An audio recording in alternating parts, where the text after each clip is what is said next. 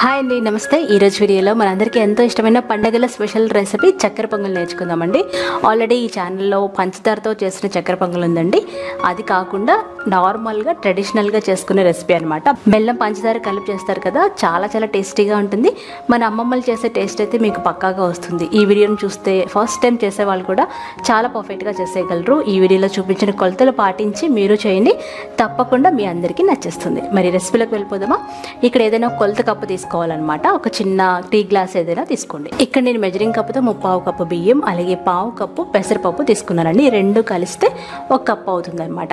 అది ఈజీగా కొలత ఉండడం కోసం ఇలా చెప్తున్నాను. అంటే 1/4 కప్పు బియ్యం, 1/4 కప్పు పెసరపప్పు, అలాగే అరకప్పు తురిమిన బెల్లం, 1/4 కప్పు పంచదార. ఈ రెండు కలిపితే 1/4 కప్పు అవుతుంది. మీకు నచ్చిన డ్రై ఫ్రూట్స్ అన్ని వేసుకోవచ్చండి. ఇక్కడ నేను జీడిపప్పులు, నల్ల ద్రాక్ష, కిస్మిస్లు, ఎండు కొబ్బరి వేస్తున్నాను. ఎండు కొబ్బరి అసలు స్కిప్ చేయకండి, చాలా టేస్టీగా ఉంటుంది. ఇప్పుడు 2 టేబుల్ స్పూన్ల నెయ్యి కరిగించుకోవాలి. నెయ్యి కరిగిన తర్వాత మనం అందులో పెసరపప్పు వేసి ఒక 5 నిమిషాలు లో ఫ్లేమ్లో వేయించుకోవాలి. మంచి వాసన వస్తూ ఉండాలన్నమాట. ఇలా కలుపుకుంటూ వేయించుకోవాలి, మాడిపోకూడదు. 4-5 నిమిషాల్లో చక్కగా వేగుతుంది. తర్వాత మనం బియ్యం వేసుకుని మరొక 2 నిమిషాలు లో ఫ్లేమ్లో వేయించుకోవాలి. ఈ మిశ్రమాన్ని మనం కుక్కర్లో తీసుకోవాలి. కుక్కర్లో అయితే చాలా ఈజీగా అయిపోతుందండి, అందుకని చెప్తున్నాను అనమాట. ఇలా మీరు పాత్రలో కూడా వండుకోవచ్చు.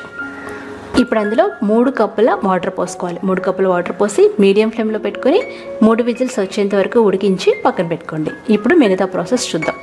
ఇప్పుడు 2 టేబుల్ స్పూన్ల నెయ్యి వేడి చేసి అందులో ముందుగా ఎండు కొబ్బరి వేయించాలి. ఎందుకంటే ఎండు కొబ్బరి వేగడానికి టైం పడుతుంది.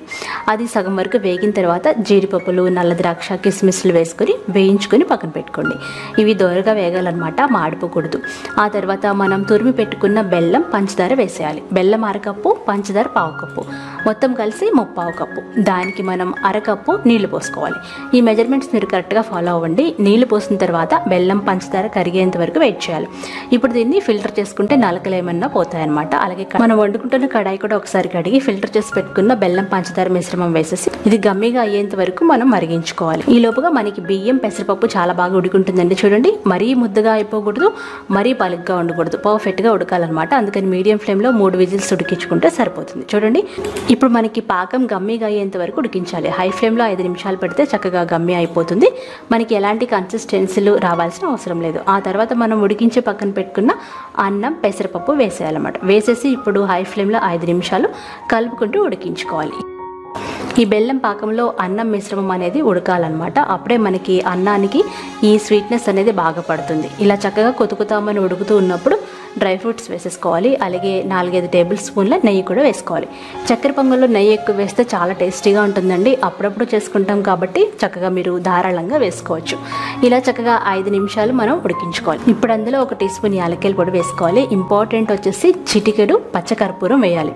నైవేద్యంగా చేస్తే మాత్రం ఇది అస్సలు స్కిప్ చేయకండి, మనకి చాలా టేస్టీగా ఉంటుంది. అలాగే ఆన్లైన్లో ఈజీగా దొరుకుతుంది. ఇవి వేసేసిన తర్వాత ఇలా బాగా కలుపుకొని మరొక 2-3 నిమిషాలు ఉడికించుకోవాలి. అంటే ఇది కొంచెం దగ్గర పడాలన్నమాట. కలుపుకోవటానికి ఇలాంటి అట్లకాడ పెట్టుకుంటే మనకి అన్నం మెతుకులు అనేవి చెదిరిపోకుండా ఉంటాయి. మీరు కావాల్సినంత నెయ్యి వేసుకొని కొంచెం దగ్గర పడేంత వరకు ఉడికించుకొని స్టవ్ ఆఫ్ చేసి చల్లారబెట్టుకోండి. చూసారు కదా, ఈ లూజ్ ఉండాలన్నమాట. ఈ లూజ్ ఉన్నప్పుడు మీరు స్టవ్ ఆఫ్ చేసేస్తే చల్లారిన తర్వాత కాస్త గట్టిపడుతుంది. ఎంతో రుచిగా ఉండే మన ట్రెడిషనల్ రెసిపీ ఈ వరలక్ష్మి వ్రతానికి మీరు తప్పకుండా ట్రై చేసి నాకు ఫీడ్బ్యాక్ పంపించండి. మీ పాత మెజర్మెంట్స్ వదిలేసి ఒకసారి ఇలా ట్రై చేయండి, ఎప్పుడు ఇలాగే చేస్తారు. మరి ఈ వీడియో మీకు నచ్చితే లైక్ చేయండి, షేర్ చేయండి, కామెంట్ చేసి నా ఛానల్ సబ్స్క్రైబ్ చేసుకుని బెల్ బటన్ ఆన్ చేసి పెట్టుకోండి. బాయ్.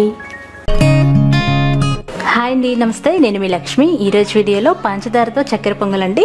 చాలా చాలా టేస్టీగా ఉంటుంది. నిజం చెప్పాలంటే ఇదే మన ట్రెడిషనల్ చక్కెర పొంగలి. చక్కెర అంటే పంచదార కదా, యాక్చువల్గా పంచదారతోనే చేస్తారు. కానీ ఇప్పుడు హెల్దీ అని చెప్పేసి మనందరం బెల్లంతో వండుకుంటున్నాం. చాలా రుచిగా ఉంటుంది. మీరు తప్పకుండా ఈ రెసిపీ ట్రై చేయండి. వరలక్ష్మి అమ్మవారికి ఎంతో ఇష్టమైన ప్రసాదాల్లో ఇది కూడా ఒక ప్రసాదం. చాలా ఈజీగా ప్రిపేర్ చేసుకోవచ్చు. 10-15 నిమిషాల్లో ఈ వంట అయిపోతుంది. ఏ హడావిడి లేకుండా హ్యాపీగా మీరు కుక్కర్లో ఈ చక్కెర పొంగల్ ప్రిపేర్ చేసుకోవచ్చు. తిన్న కొద్ది తినాలనిపిస్తూ ఉంటుంది. మరి రెసిపీలోకి వెళ్ళిపోదామా? ఇక్కడ నేను 1/4 గ్లాస్ వరకు రేషన్ బియ్యం తీసుకున్నానండి. అంటే కొంచెం లావుగా ఉన్న బియ్యం అనమాట. ఈ 1/4 గ్లాసు పైన ఇంకో పావు ఖాళీ ఉంటుంది కదా, అందులో పెసరపప్పు వేసేయాలి. ఇప్పుడు మనకి 1 గ్లాస్ అవుతుంది. ఈ గ్లాసుడు పెసరపప్పు అలాగే బియ్యాన్ని కుక్కర్లో వేసేసి 3-4 సార్లు బాగా కడుక్కోవాలి. కడిగిన తర్వాత అందులో 2 టీ స్పూన్ల వరకు నెయ్యి వేసుకుని మనం 2 నిమిషాలు మీడియం ఫ్లేమ్లో పెట్టుకుని ఫ్రై చేసుకోవాలి. ఇలా ఫ్రై చేస్తే చాలా బాగుంటుంది అనమాట. ఈ పొంగలి ఉడికిపోయిన తర్వాత కూడా మనకి ముద్దలా అయిపోకుండా ఉంటుంది. ఆ తర్వాత అందులో మనం ఏ గ్లాస్తో బియ్యం తీసుకున్నామో అదే గ్లాస్తో 3 గ్లాసులు నీళ్లు పోసుకోవాలి. నీళ్లు పోసేసి మూత పెట్టేసి మీడియం ఫ్లేమ్లో 4 విజిల్స్ వచ్చేంత వరకు ఉడికించుకోవాలి.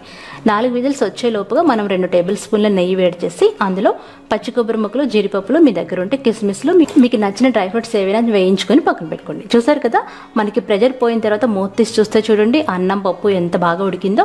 మరీ ముద్దలా కాకుండా అలాగే మరీ పలుగ్గా కాకుండా చాలా పర్ఫెక్ట్గా ఉడుకుతుంది. మీడియం ఫ్లేమ్లో 4 విజిల్స్. చూడండి మెతుకు ఎంత మెత్తగా ఉడికిందో, ఇలా ఉడకాలన్నమాట. ఇలా ఉడికిన తర్వాత మళ్ళీ ఈ కుక్కర్ పొయ్యి మీద పెట్టి అందులో 1.5 కప్పుల పంచదార వేసుకోవాలి. పంచదార వేసుకొని అందులో ఒక చిటికెడు ఉప్పు వేయాలి. ఉప్పు వేసేసి మీడియం ఫ్లేమ్లో పెట్టుకొని ఒక 2-3 నిమిషాలు చక్కగా ఇలా కలుపుకుంటూ ఉడికించుకోవాలి. అప్పుడు పంచదార కరిగి పాకంలాగా తయారవుతుంది. మరీ ఎక్కువసేపు ఉడకకూడదండి, అదొకటి గుర్తుపెట్టుకోవాలి. ఇప్పుడు అందులో 1 టీ స్పూన్ యాలక్కాయల పొడి వేసి ఒక 2-3 నిమిషాలు చక్కగా మనం ఉడికించుకోవాలి. పాకం కరిగి బబుల్స్ లాగా వస్తుందన్నమాట. ఆ కన్సిస్టెన్సీ వచ్చేంత వరకు ఉడికించాలి. చూడండి వీడియోలో ఇలా బబుల్స్ రావాలన్నమాట. బబుల్స్ వస్తే మనకి పర్ఫెక్ట్గా రెడీ అయిపోయినట్టు. ఇప్పుడు చక్కెర పొంగల్లో చాలా ఇంపార్టెంట్ ఏంటంటే ఒక చిటికెడు వరకు పచ్చ కర్పూరం వేసుకోవాలి. ఇది ఆన్లైన్లో అవైలబుల్ ఉంటుంది. ఖచ్చితంగా మీరు ఆన్లైన్లో తెప్పించుకొని ప్రసాదం లాగా చేస్తే మాత్రం ఖచ్చితంగా ఈ పచ్చకర్పూరం వేయడం మాత్రం స్కిప్ చేయకండి. నార్మల్గా మీరు కావాలనుకుంటే నార్మల్గా చేసుకోవచ్చు. పచ్చకర్పూరం వేసేసి ఇప్పుడు అందులో మనం వేయించి పక్కన పెట్టుకున్న డ్రై ఫ్రూట్స్ నెయ్యితో సహా వేసేసారు. ఆ తర్వాత 2-3 టేబుల్ స్పూన్ల నెయ్యి వేసుకోవాలి. నెయ్యి ఎంత ఎక్కువ వేస్తే చక్కెర పొంగల్ అంత టేస్టీగా ఉంటుంది. తర్వాత స్టవ్ ఆఫ్ చేసేసి సర్వ్ చేసుకోండి. ఇలా లూజ్గా ఉండగానే మీరు సర్వ్ చేసుకోవాలండి, ఎందుకంటే ఇది చల్లారినాక కొంచెం గట్టిపడుతుంది. ఈ కొలతలతో మీరు ఒకసారి పంచదారతో చక్కెర పొంగల్ ట్రై చేసి చూడండి, చాలా టేస్టీగా ఉంటుంది. ఇందులో వాడిన పచ్చకర్పూరం లింక్ డిస్క్రిప్షన్ బాక్స్లో ఇస్తాను, మీరు కావాలంటే చెక్ చేయండి. ఈ వీడియో మీకు నచ్చితే తప్పకుండా లైక్ చేసి షేర్ చేసి కామెంట్ చేయండి. బాయ్. ఇదేనండి అమ్మవారికి ఎంతో ఇష్టమైన బెల్లం అన్నం. చాలా ఈజీగా ప్రిపేర్ చేసుకోవచ్చు. మరి ఎలా తయారు చేయాలో చూద్దాం. ఇక్కడ నేను 1 కప్పు రేషన్ రైస్ తీసుకున్నానండి, అంటే సోనా మసూరి రైస్. కొంచెం లావుగా ఉన్నవి తీసుకుంటే బెల్లం అన్నం చాలా బాగా వస్తుంది. శుభ్రంగా చాలాసార్లు కడుక్కోవాలి, ఎందుకంటే మనం రేషన్ బియ్యం తీసుకున్నాం కాబట్టి. కడిగి ఒక అరగంట వరకు నానబెట్టండి.